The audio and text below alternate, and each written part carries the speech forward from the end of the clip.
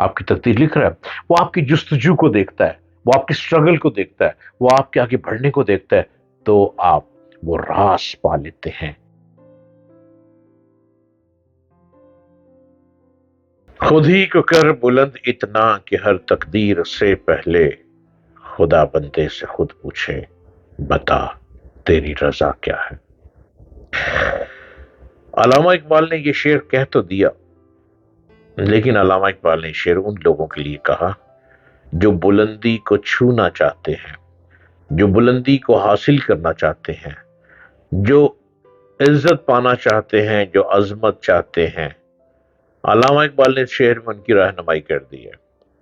بہت سے لوگ انفیریٹی کمپلیکس کا شکار رہتے ہیں، وہ گھر سے باہر ہی نہیں نکلتے، وہ کام کرتے ہوئے گھبراتے ہیں، وہ لوگوں کے درمیان بیٹھتے ہوئے گھبراتے ہیں، وہ لوگوں سے کمیونیکیشن کرتے ہوئے گھبراتے ہیں، وہ نیگوشیشن کرتے ہوئے گھبراتے ہیں۔ انہیں بات ہی نہیں کرنے کا طریقہ کیوں نہیں انہوں نے سیکھا نہیں ہے۔ ارے بھائی، اب گھر میں تو رہتے ہیں نا، گھر کے ماحول میں آپ رہتے ہیں، گھر کے ماحول میں رہ کر آپ کے منہ میں زبان تو ہے، اس زبان کو اتنے ماحول میں بیٹھ کر 8 10 5 6 2 3 لوگ جتنے بھی گھر میں رہتے ہیں، اس ماحول میں اپنی زبان کو بہتر کریں۔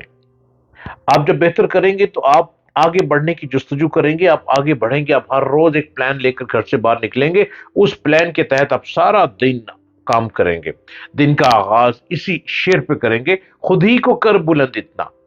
اپنے آپ کو بلند کرنا ہے کہ ہر تقدیر سے پہلے۔ اب تقدیر تو اللہ لکھ رہا ہے، تقدیر لکھنے والا آپ کی تقدیر لکھ رہا ہے، وہ آپ کی جستجو کو دیکھتا ہے، وہ آپ کی سٹرگل کو دیکھتا ہے، وہ آپ کے آگے بڑھنے کو دیکھتا ہے، تو آپ وہ راز پا لیتے ہیں جو راز رب ہمارے سینوں میں داخل کرتا ہے۔ اس راز میں بلندی ہے، اس راز میں ذکر ہے،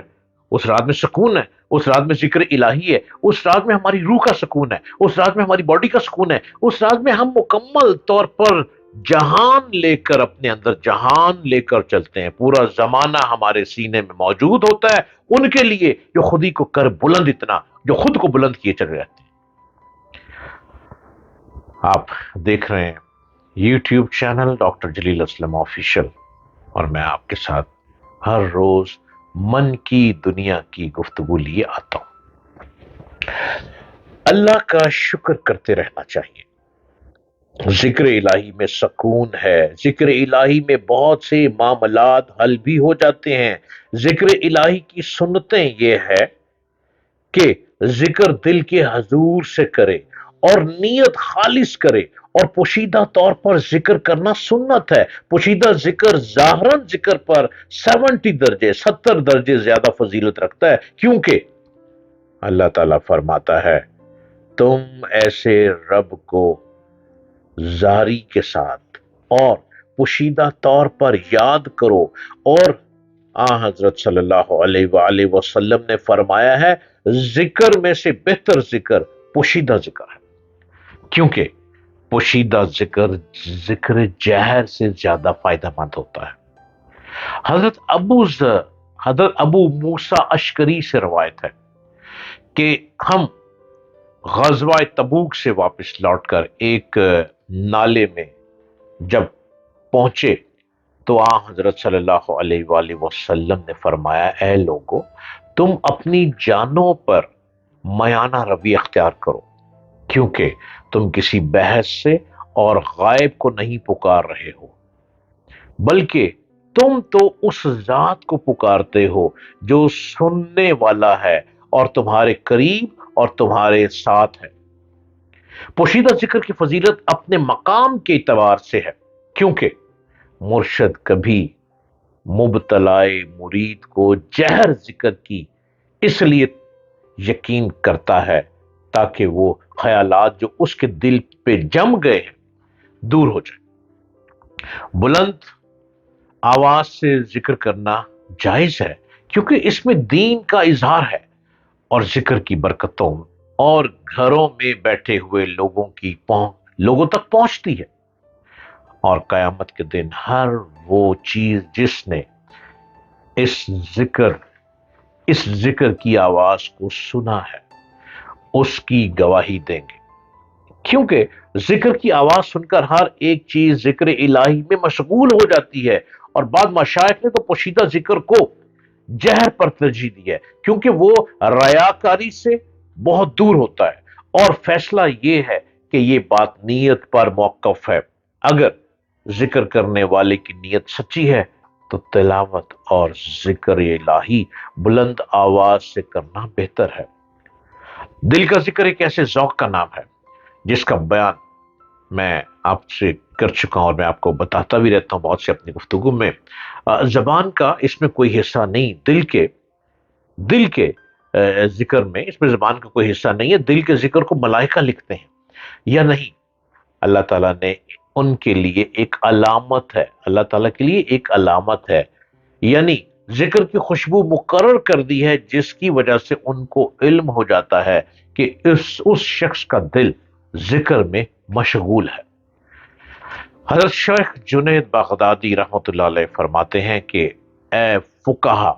کے گروہ، تمہاری پہچان اور تعظیم لوگوں کے نزدیک خدا تعالی کی وجہ سے ہے، لہذا تم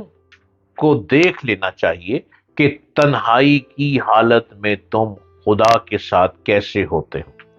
انسان کے جس قدر اوقات ہیں وہ سب عبادت میں مشغول ہو سکتے ہیں، اگرچہ وہ کھانے پینے، سونے جاگنے اور کلام کرنے اور دیگر حرکات اور سکنات کے اوقات کیوں نہ ہو، کیونکہ عمل کی قبولیت نیت کی وجہ سے ہوتی ہے۔ اگر انسان کھانے پینے کے وقت یہ نیت کرے کہ اس سے